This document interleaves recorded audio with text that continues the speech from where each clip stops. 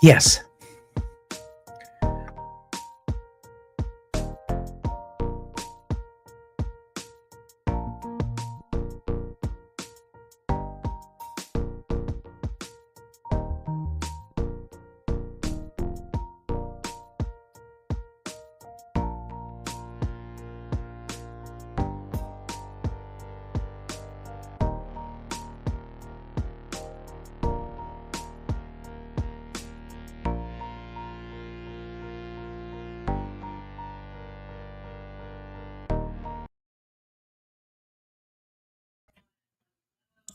Take yourself off mute. Hello, everyone. Hello for the third time. It's only Mercury retrograde shadow for sure. I just want to say welcome. Hey, I can tell that the shadow is already happening. I'm tongue twisted and confused, and all kinds of crazy stuff is happening. So, I hope you're catching this live broadcast, and if you're not, you could still actually get some questions answered.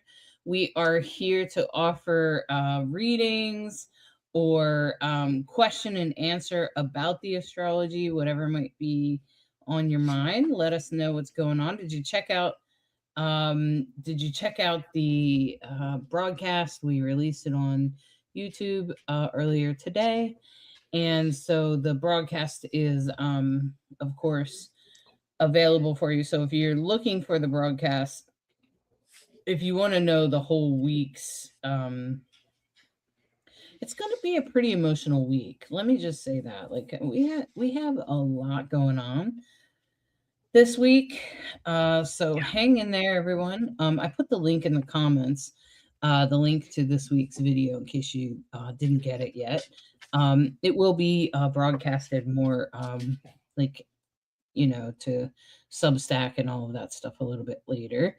I didn't have time for all of that today. We had kind of a busy day, but thank you all for tuning in. Hi, Chelsea. Welcome. Hola, Renee. Hola. Um, and we are here to answer questions. Does Charlie need to go outside? Charlie is definitely indicating that. So I'll be right back. Okay, so you take care of that. And so anyway, the if you want a reading, I'm going to suggest that you go ahead and post your birth time, date, location, maybe your current location. Hi, Fernando. Um, so, we do astrology readings mostly here on this. We also talk about the astrology weather. I'm just going to say if you have any strong Cancer placements like Cancer rising, Cancer moon, Cancer sun, could be a little bit of a week this week. As well as everybody else, really. I mean, all of us are going to have a little bit of an emotional roller coaster. There's going to be a lot going on this week, and we broke it down for you. If you look at the comments, there's a link in the comments to the YouTube, which helps you understand exactly what's happening this week.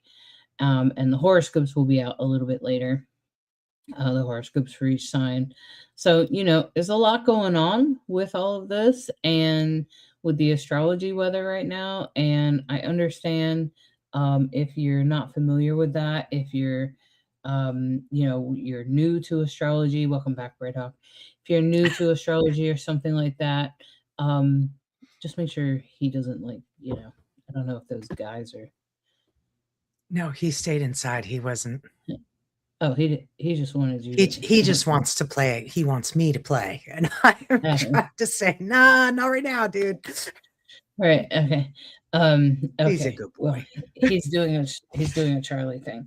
Okay. So um anyway, so if you have questions about your astrology chart, like I said, if you put your birth time, date, and location, it will be easier for us. It will be easier for us to do a reading for you.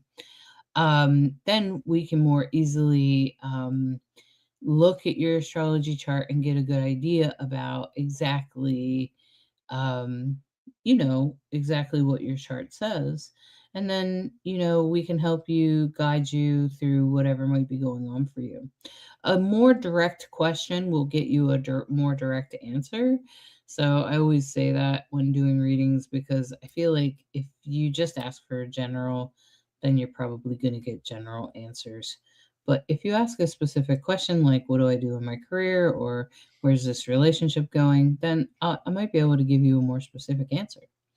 Um, so I'm happy to hear um, your questions about astrology or your curiosities, even. Um, and I'm excited to hear from you, excited to hear about your astrology. I love to hear about other people's, like, where is Taurus for you this week? Chiron will be entering Taurus. So, what house is Taurus in for you? Taurus for me, I know, is in the seventh house. Where's your Taurus? What house does it rule?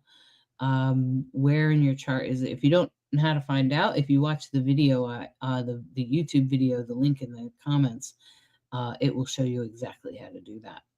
So, and that's pretty much the astrology's been. It is mostly it's kind of an emotional week, is what I would call it, Bright Hawk. Don't you think? Well, absolutely. So first, I want to say happy new moon. We had a new moon in Gemini. In I think it technically was well, it's been in the last 24 hours. Now the moon has moved back to home. It's back in Cancer, and the moon is really active this week. So if you're a Cancer rising, if you're a Cancer sun, the moon is your ruler, and you really want to pay attention to what's going on. What you'll see in the forecast for the week is that almost every day the moon is in very significant aspects and amplifying things. So it's a good thing to be aware of. And of course, when we're at the beginning of a new moon cycle, it's an opportunity to set new intentions. It's an opportunity to, assess what it is that you want to try to get done this moon month. And of course, this is the last week of the sun in Gemini. And then, of course, we'll be welcoming June 21st, summer solstice. The sun will move from Gemini into Cancer. And the amplification of the energy that we're seeing this week is significant. So how it relates to you and your chart is very, very important.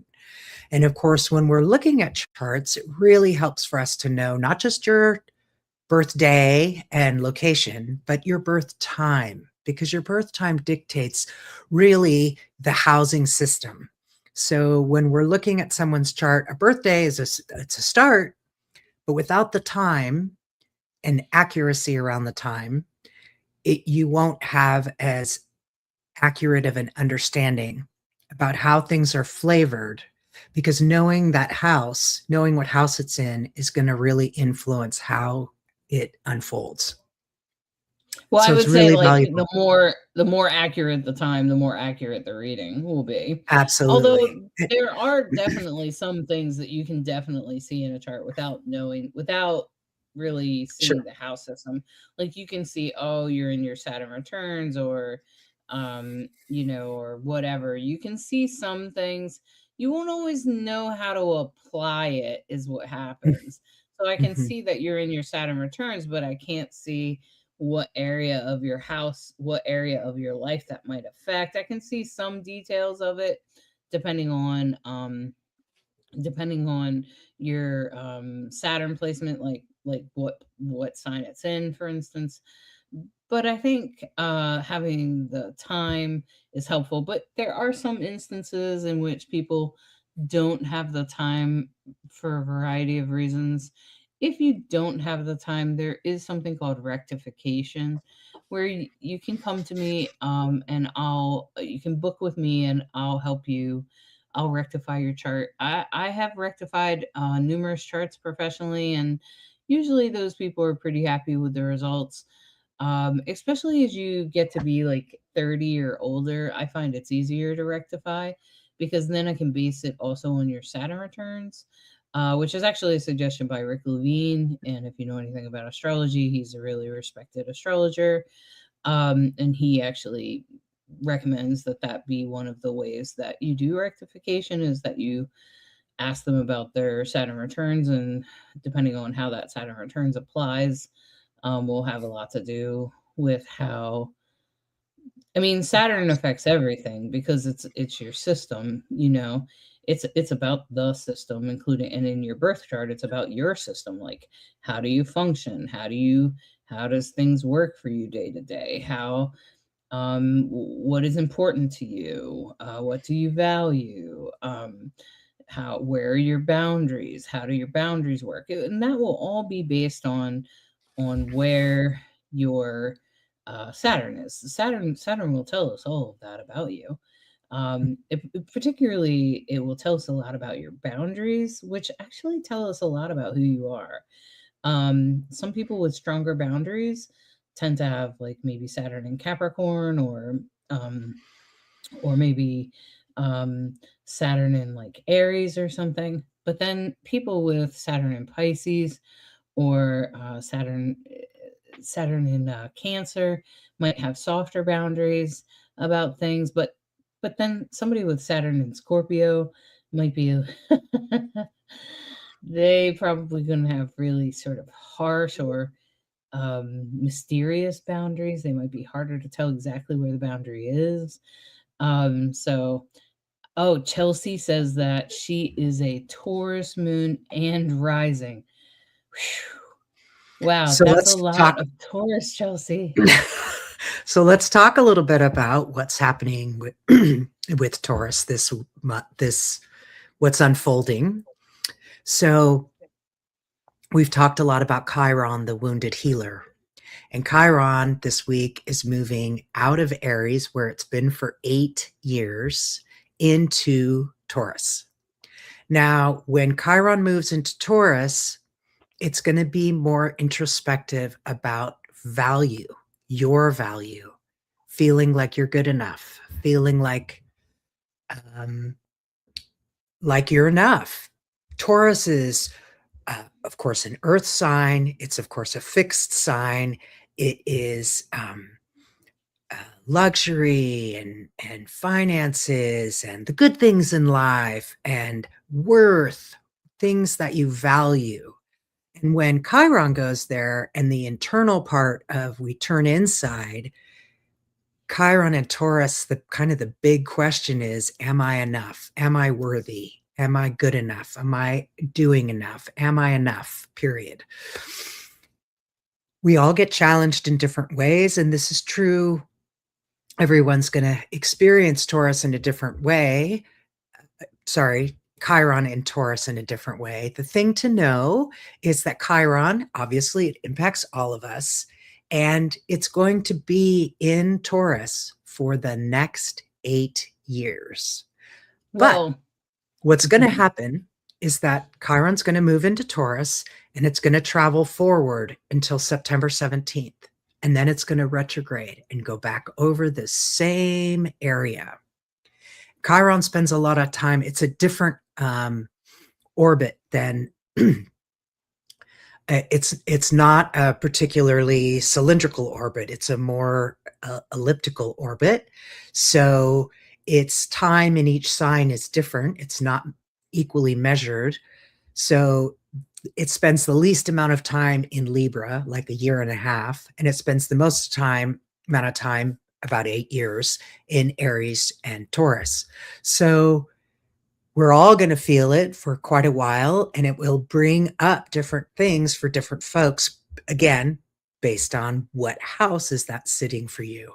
So for Chelsea, Taurus moon and Taurus rising, without looking at your chart, I guess, Hollis, you could look at their chart, being aware of the fact, especially if that's 12th house, more, if the Taurus is more in the 12th house and less in the first house, the 12th house, let's talk about that for a second.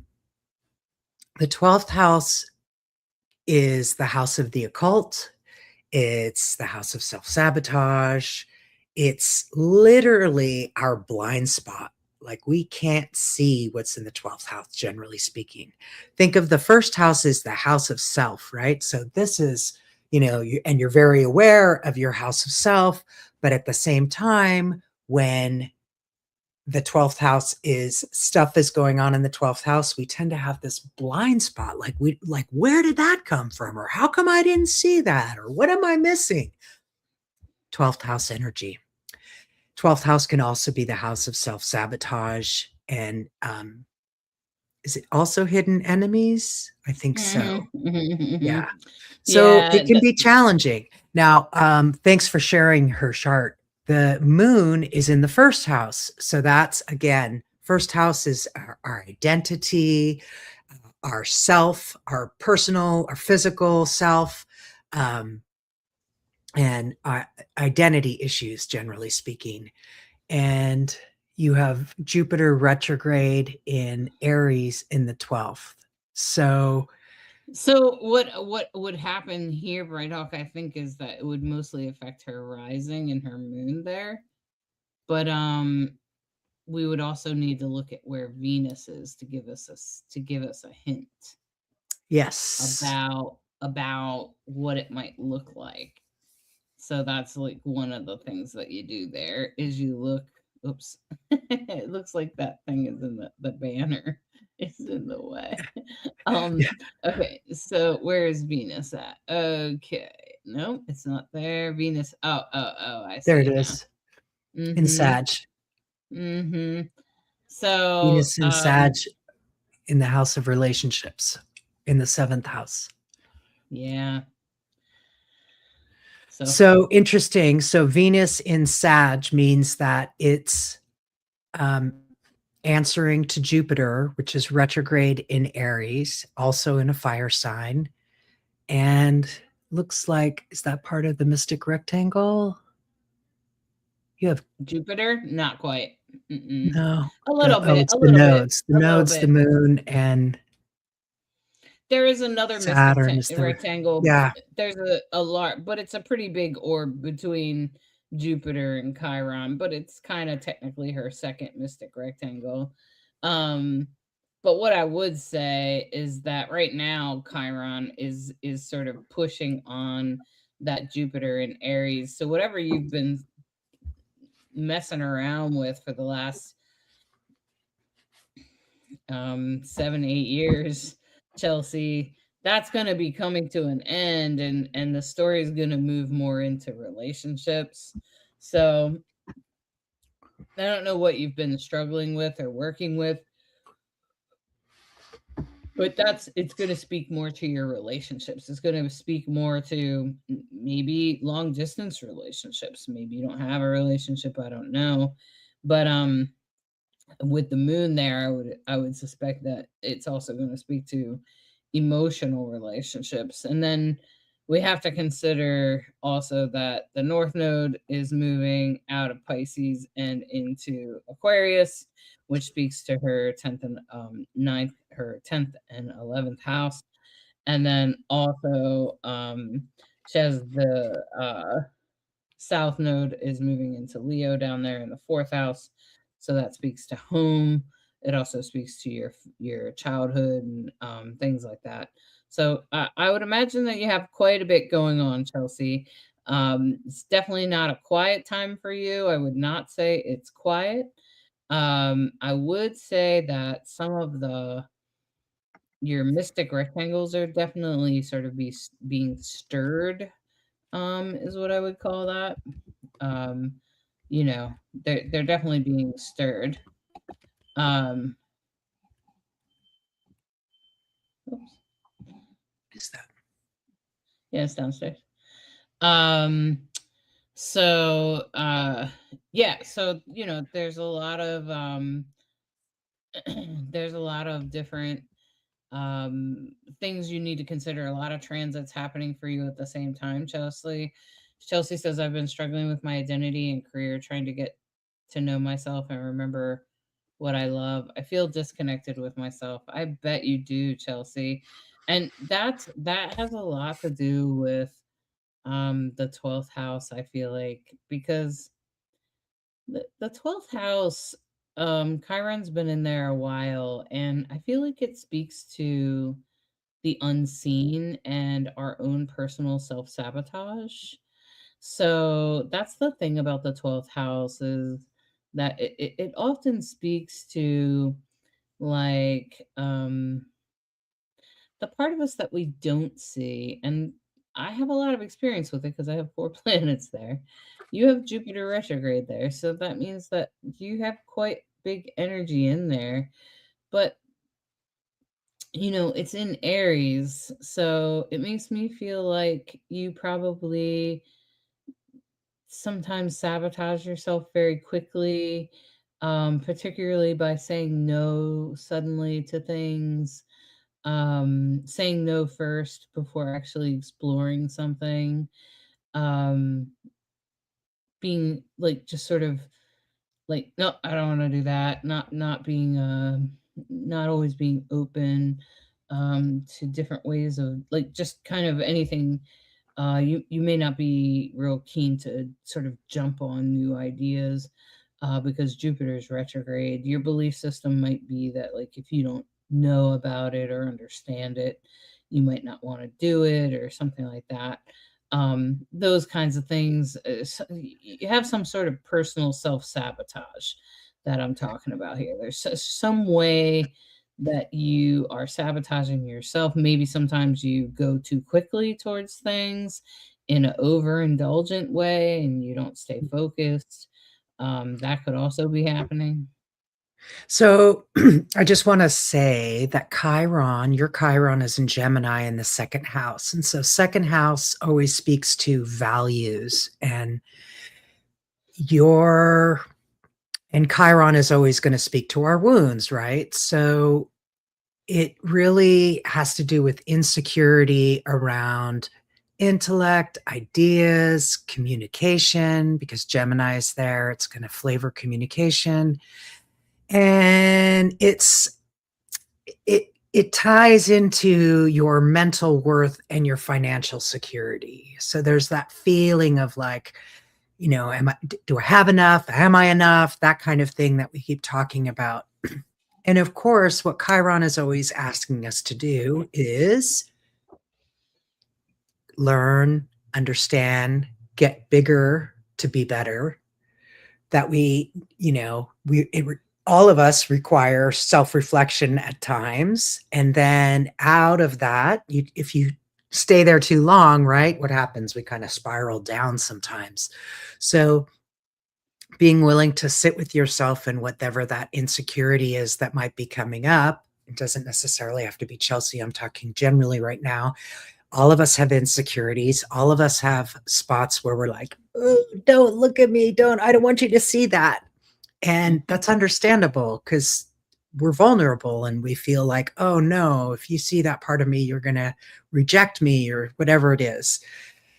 Chiron is always asking us, okay, so you have that insecurity or that wound or that problem. You can still go forward. You can do this anyway. And it's like, it's not about getting rid of it. It's about learning from it and then being able to move forward anyway.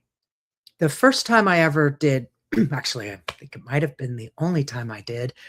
I did a fire walk. I don't know if you've ever experienced that, walking on fire, but lots of folks have done it in workshop settings and what have you. And it was a special invitation, and a friend of mine was the facilitator, and I was playing my African drum and helping really raise the energy. And the whole way that you are able to be successful in walking on fire. And of course, the coals are hundreds of degrees, 400 degrees or some crazy number. I don't remember, big bonfire. And then it all gets raked out. And, there's it is a pathway that everybody is cheering for each other. And the way you do it is your energy has to be as big and bold as the fire energy. And once you get that vibrational elevation, you can walk on that fire and nothing will happen. I walked it multiple times actually, and I played my drum as well, the second or third time through. But it's all about raising your frequency to meet the energy and then go through anyway.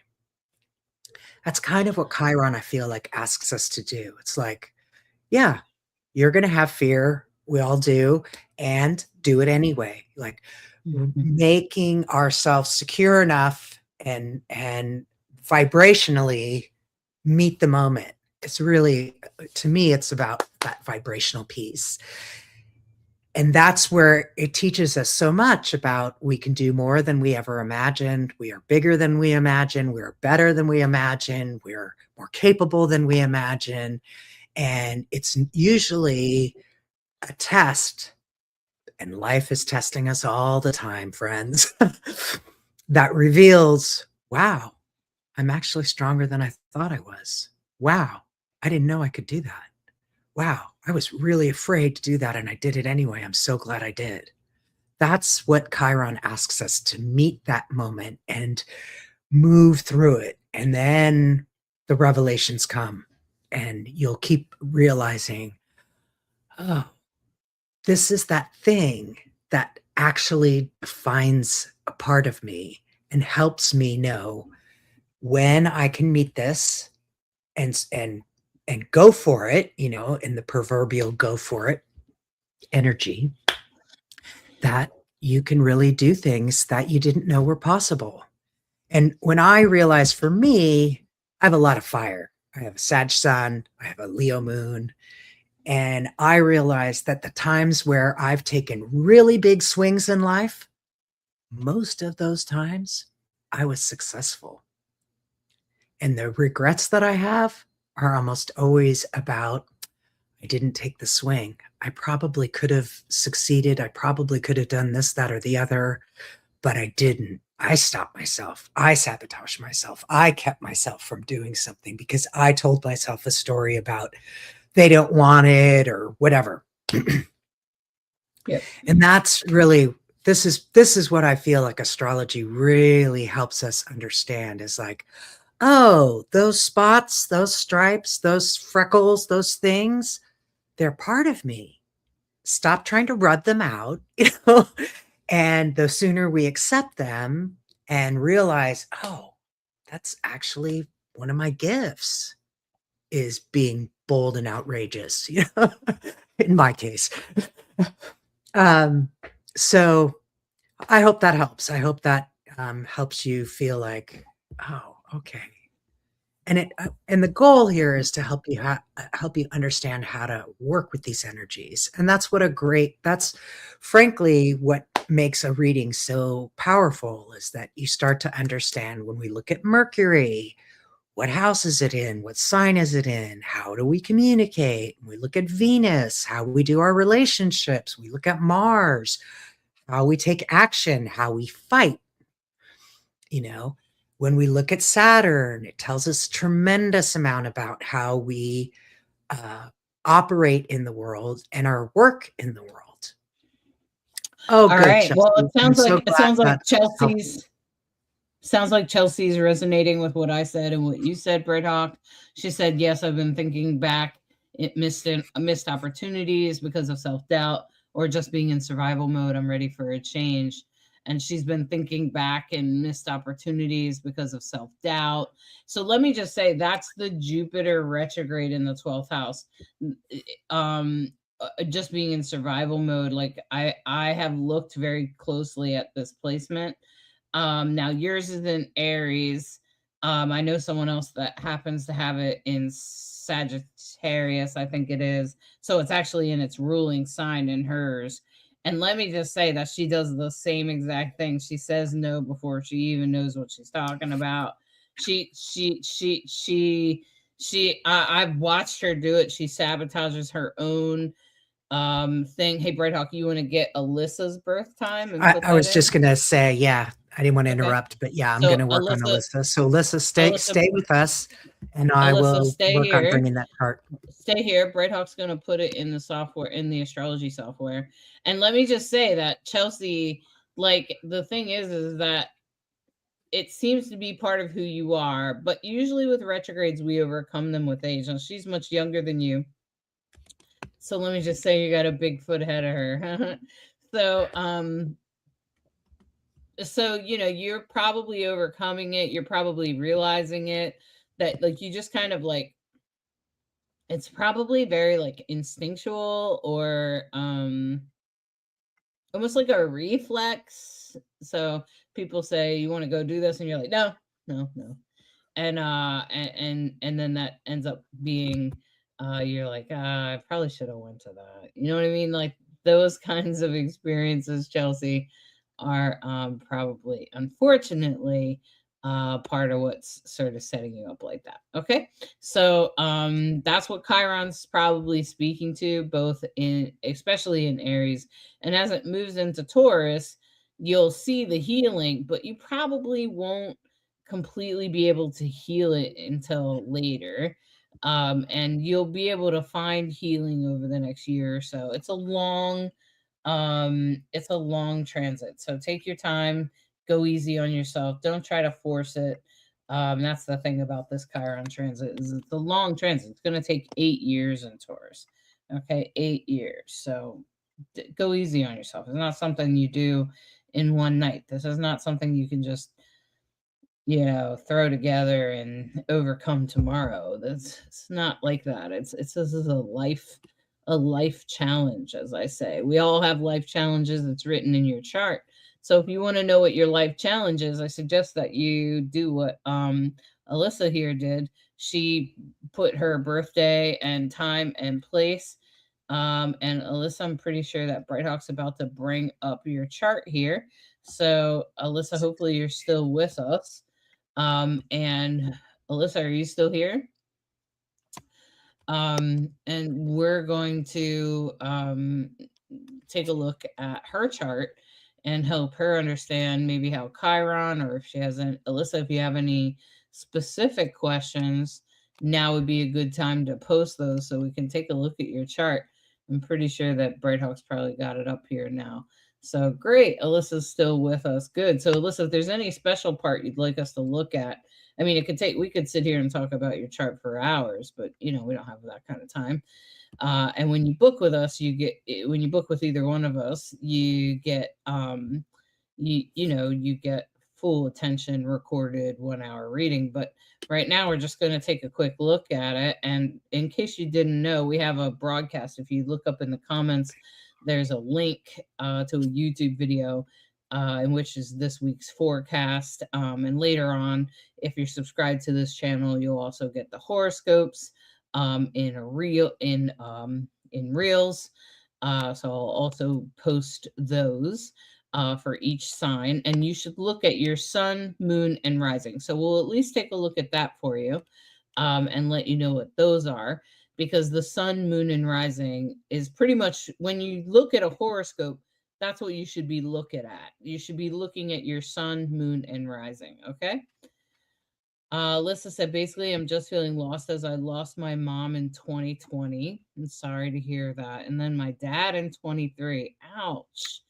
And then my sister in 24. That sounds really hard.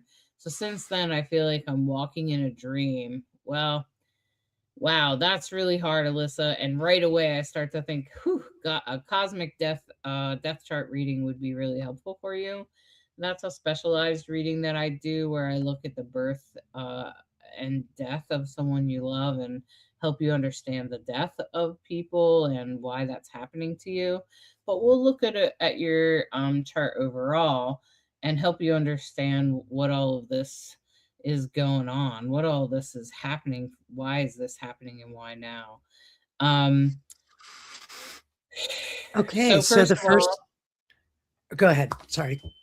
I was just going to say, first of all, most of the time, the nodes are connected to death and loss. And the South Node is in your fourth house, and has been for the last couple of years, which explains your father, and even your sister when it was in the, or because it's a lot of times the fourth house, which is down here at the bottom, you can see Pluto and Uranus is there. I bet you all of the deaths that happened were sudden and a surprise. They probably came out of nowhere.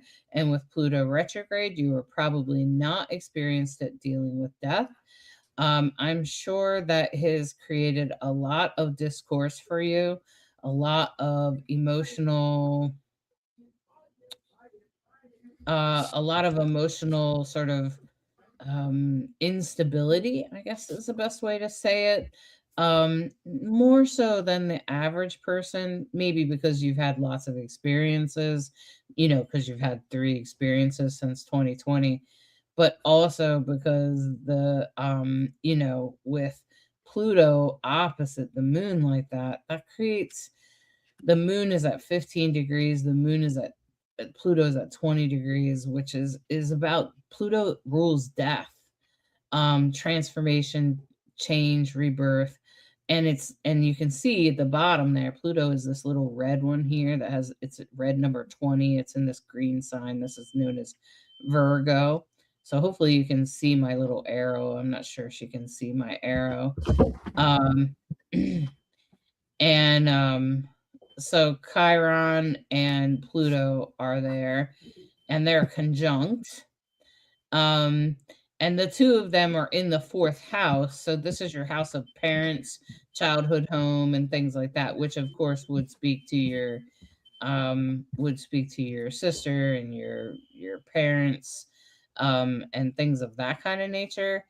And it would speak to like um everything that has to do with your past. So I'm sure there's probably lots that you're having to deal with. I'm sure that there's a lot, not just like losing your parents, but also like topics that have to do with that. Okay.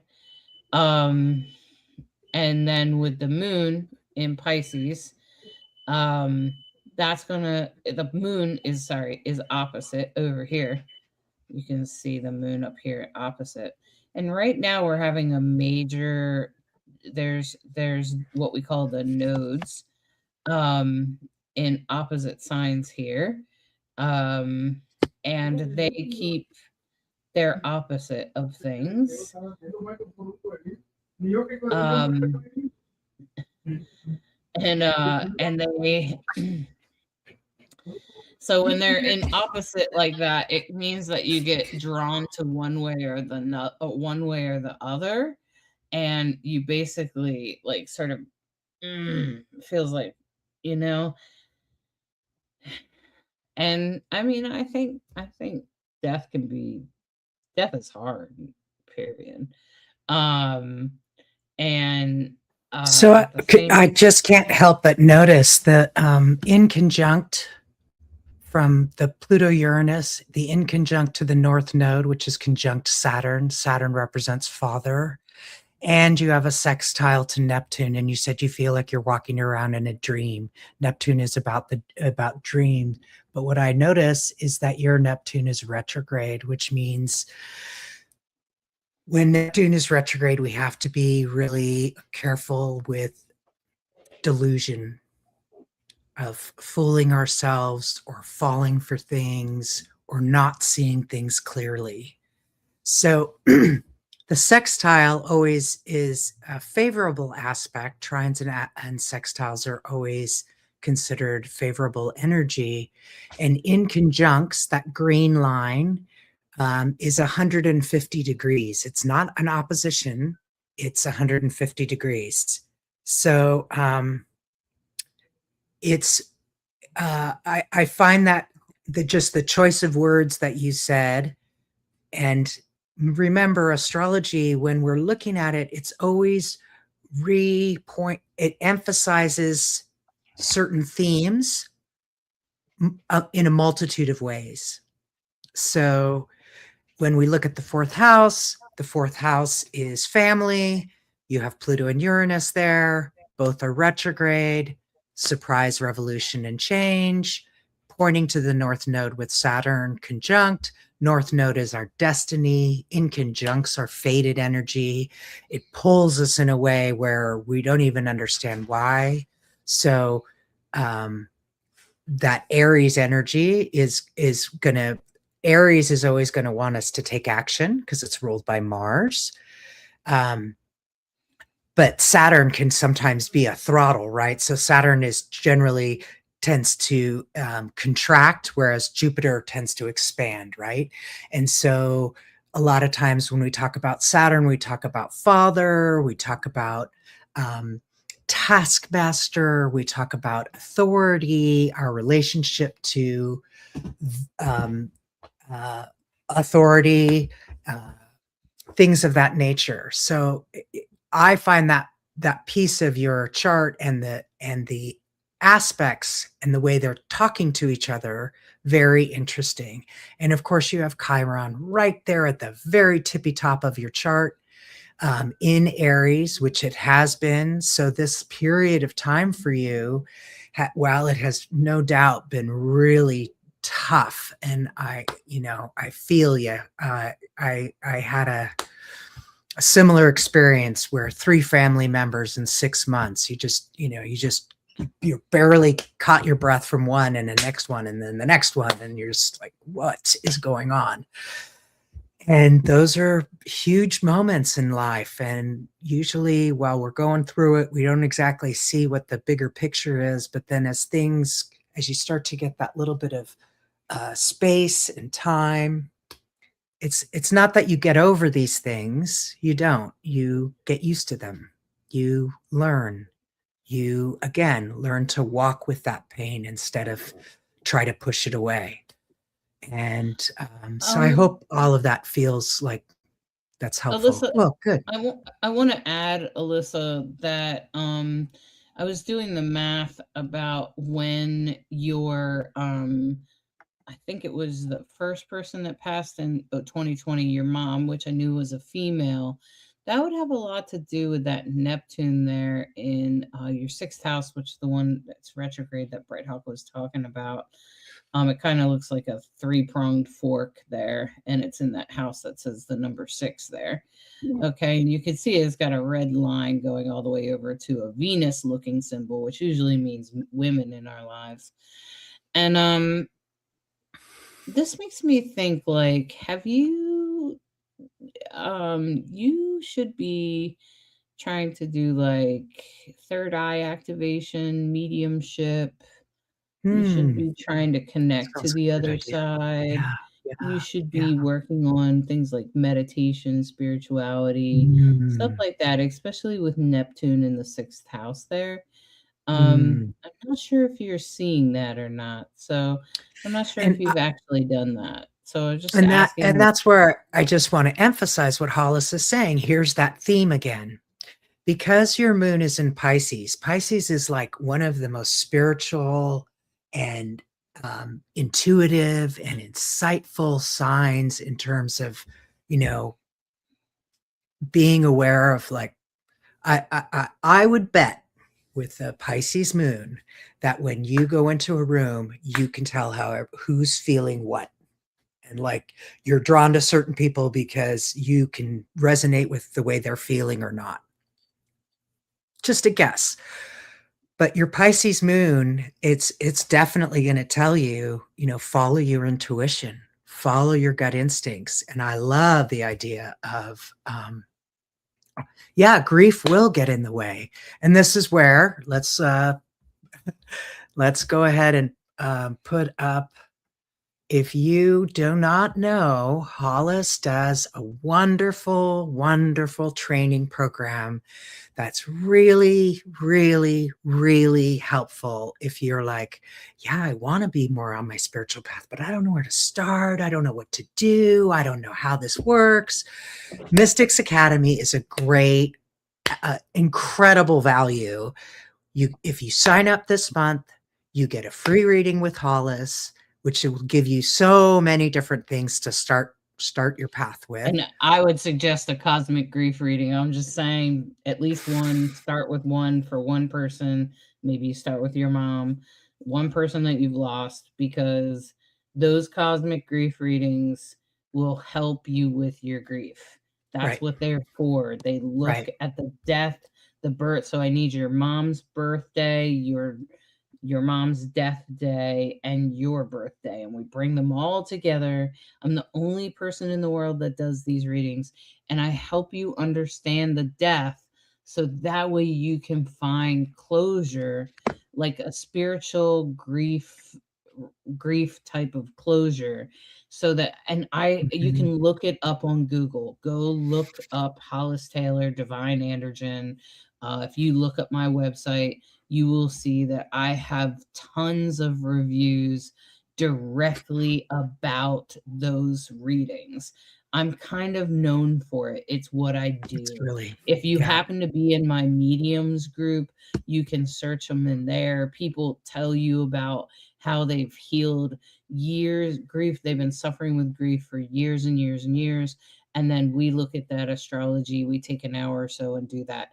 And then it might take you some time after that to process, but people have changed the way they view death by experiencing that reading. Okay.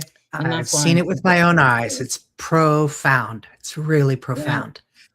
And Yeah. I thank you for validating what I suspected, that people with it, when you have a Pisces moon, you're going to feel other people. And knowing how to work with that, Hollis is a great mentor to have on this, can really help you open up your third eye and hold your boundaries when you're like, Mhm. I don't want to feel the whole world. I just need to be with me. It's really In fact, valuable skill. this month, if you join at the Mystics level at Patreon for 37.77, if you join there, it's actually tomorrow night, we're getting together and we're talking about how to tell when something is more of anxiety and when you're like Right. obsessively thinking versus when it's intuition, and how to tell the difference, and also like the meaning of symbology and things like that that you might be getting during your meditation, or when you're connected, when you're trying to reach out to your spirit guides. What do those symbols and such mean? Or maybe you got signs from your mom, or you get a dream about your mom and she says something weird, like, or you get a dream about her and there's a bunch of birds sitting on her or something like that. So all kinds of weird things come through, and so I can help you interpret that kind of thing. That's exactly what we're doing tomorrow night on Zoom. The link is for the Mystics tier. You also have a couple of classes available for astrology, and this is what we'll be doing every month. And this month, because it's June, everybody gets a free reading. Okay, so you get a free Great reading. value. Yeah, yeah, Incredible it's a great value. night. Mhm. Yeah, you'll never get a cosmic grief reading for $37 ever again. It's usually they're about $100, about 88 or something like that. Thanks so much Because for sharing your chart with us, Alyssa. It's a yeah, fascinating thing to be able to do. So I'm so glad. and I'm gonna Oh, say I could hi already see from, the transits in there. I can already see the yeah, transit. Mhm. yeah. Indonesia, huh? Wow. I want to say, is it good morning in Indonesia? I imagine your time is not the same as us halfway I'm around sure the it's world. not, yeah, Blessings. So if you want yeah. to get a chart reading, and if you have specific questions, like Hollis always says, you ask specific questions, you'll get a more specific answer. And what we need, if you want us to look at your chart, is your birth time, your date, and the location. And then also give us the location of where you are now. So if we need to look at the current transits, we can throw that in. These are just meant to be Mhm. just little snippets, not a full blown what you get if you sign up for an hour long reading, of course. But hopefully it gives you some insight and an opportunity to understand just a little bit better how you do you, which is a beautiful thing. Yeah, we're all unique individuals. I think that's the most beautiful thing about astrology, is that when you start to learn astrology and practice astrology on a day-to-day basis, you start to realize that while we're all connected via these stars, these planets, these zodiac, And while we all have a little Sagittarius in us, while we all have a little Scorpio or Aquarius, we all have a little bit of something in our chart. We have all of the zodiac in our chart. Some of That's right. us just have some of those signs more amplified than others. That's Yeah. all. And let me just say that the astrology chart also tells you not only how you're connected to others, but it also tells you how uniquely you are, and That's how right. unique you are, and how special you are, and what special thing you have to bring to the world. And what is this gift that you're bringing? And the universe wants has a special task for you. Your soul signed up for something. There's a reason you're here, I assure you. It's in your chart, and people sometimes underestimate that. And I think that that actually makes you depressed if you don't know why you're here. And if you're just sort of Mm, floating through life, I feel like it leaves life a little bit meaningless, or empty. And I feel like if you understand why you're here, even though that might not be your focus every day, there is a reason you're alive. There is a reason you're here. There is a reason why you are alive. And there's a reason you're connected to certain people. There's a reason those people are in your life, even the ones that drive you crazy, even the ones you have to kick out of your life. All of those people are important. And I can help you understand that. That's what synastry is for. We have a special type of astrology. Bright Hawk can look at your astrology chart and help you understand why you're here, what you're doing, and understand those freckles. Why do I do that? Those kinds of things, and that's that. And there's a power in having your chart read. And let me just say, you can have your chart read once, but you can have it read by the same astrologer a couple times. They might repeat a few things, but a lot of things will be yeah. different each time they read, because I know I could spend a couple of hours talking about one chart, right? I mean, I could So spend a long easy. time. Yeah, it's very easy to just spend lots of time Matter of fact, talking this about that. hour has just gone like this. Right, right. And, Yeah, so right? yeah, it doesn't take very long. It takes a long time to really exhaust a chart. And I would say that, like, astrology is powerful, it's deep, and it really helps you understand who you are, helps you Yeah. understand, why do I always do that? Helps you understand, why do people think that about me?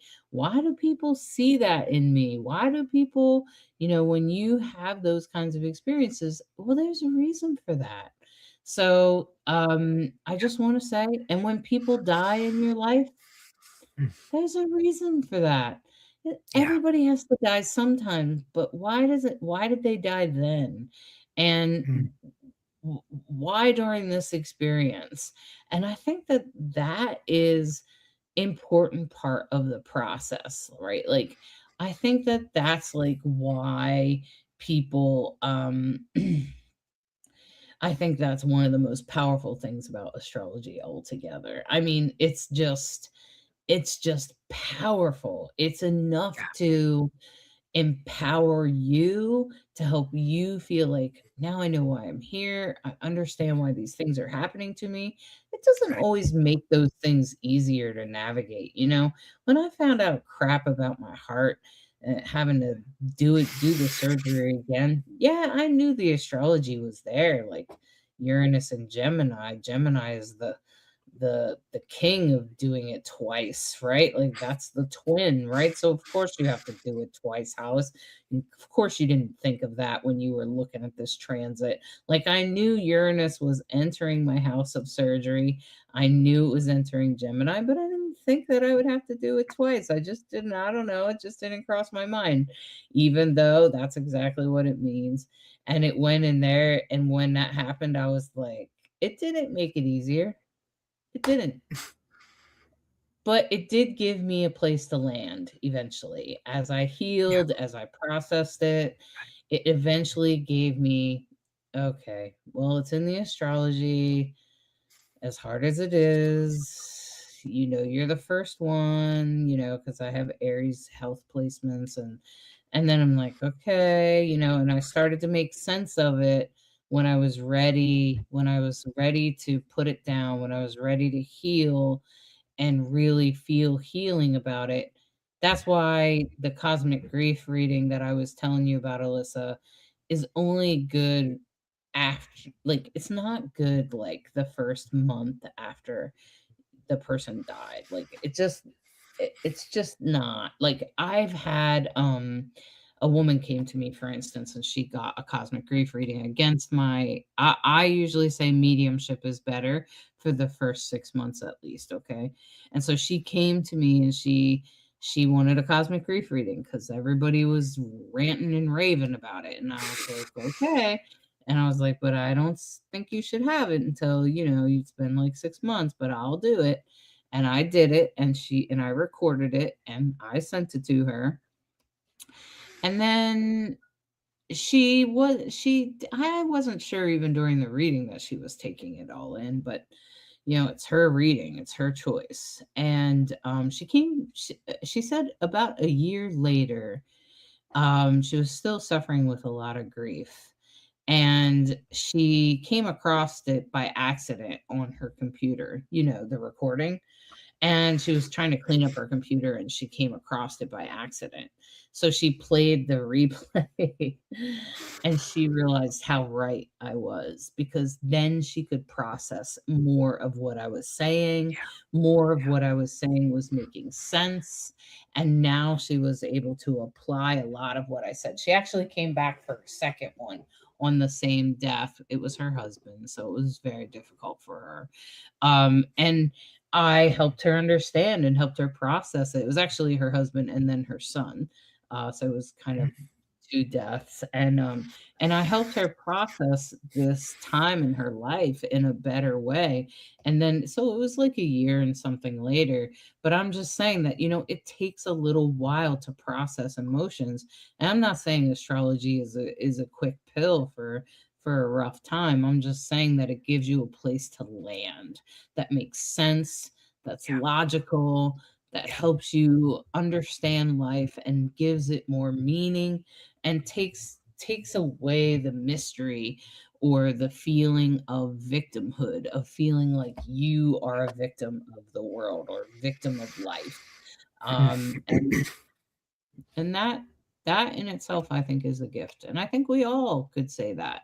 If we could all Yeah. remove the victim of life, like, because a lot of us, I know before astrology, I used to often think I was a victim of life, and I used Mm. to wonder, why is this happening to me? I mean, I grew up in a rough home, I had a rough childhood, I had a rough 20 something, and I thought, I guess it's just me, I'm cursed or something.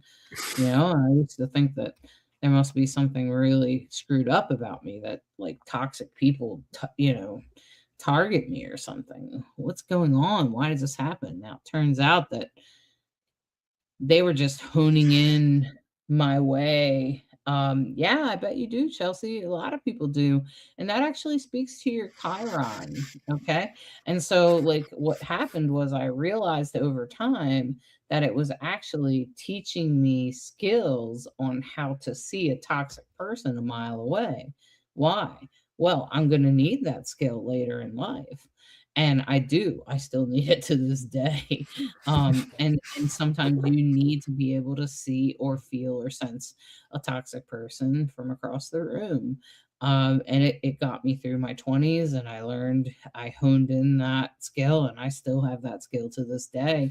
And Yeah. I'll flag a toxic behavior pretty immediately. Yeah. See it. So I'm just saying that, when that crap happens, I'm not saying it's good or it's right, or even that you're supposed to have it. I'm just saying that when it happens, it's often in your chart, and often it is sort of shining. It's sort of like trying to hone in a sharp edge so that you have it. So I understand that, Chelsea. If you ever want to talk about it, I'm happy to go into it. In in a reading, we could talk about that feeling of feeling cursed. And if anyone else feels that way, I definitely struggled with that. And astrology helped me really truly put that away. But I had to be Yeah, willing to put that away. You yeah, have to be willing to let go of that victimhood. So if yeah, you're willing to let go of the victimhood, there is a way. Okay. yeah. All right. And all I can keep thinking of the word is resilience, that we don't develop resilience without being tested and tried and all the tribulations we all go through. And it's as we come through those things that we start to realize, oh, I have some resilience now. And that literally is the part of age is wisdom.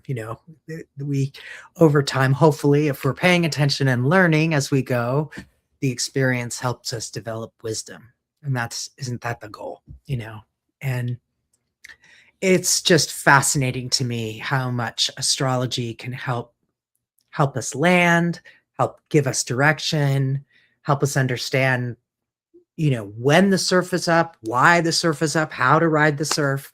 And I can tell I grew up in Southern California. Surf's up. Hey, and make sure you check out the link in the comments is this week's forecast. So make sure you listen in. Right. It will help you get ready for this week. It's definitely going to be an emotional roller coaster this week. So I want you guys to be ready. So go ahead and listen to that. Look out for your horoscopes. Catch me on Substack.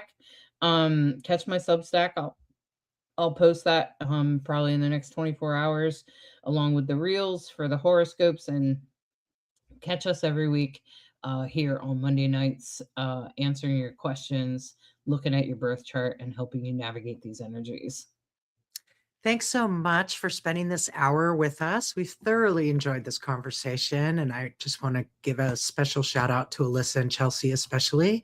You guys are great. I wish you the very, very best. We're giving you big hugs, much love, and thanks for listening to Rainbow Soul Astrology, where we try to be a bridge between you and the stars. We hope you have a great week, everybody. Much love.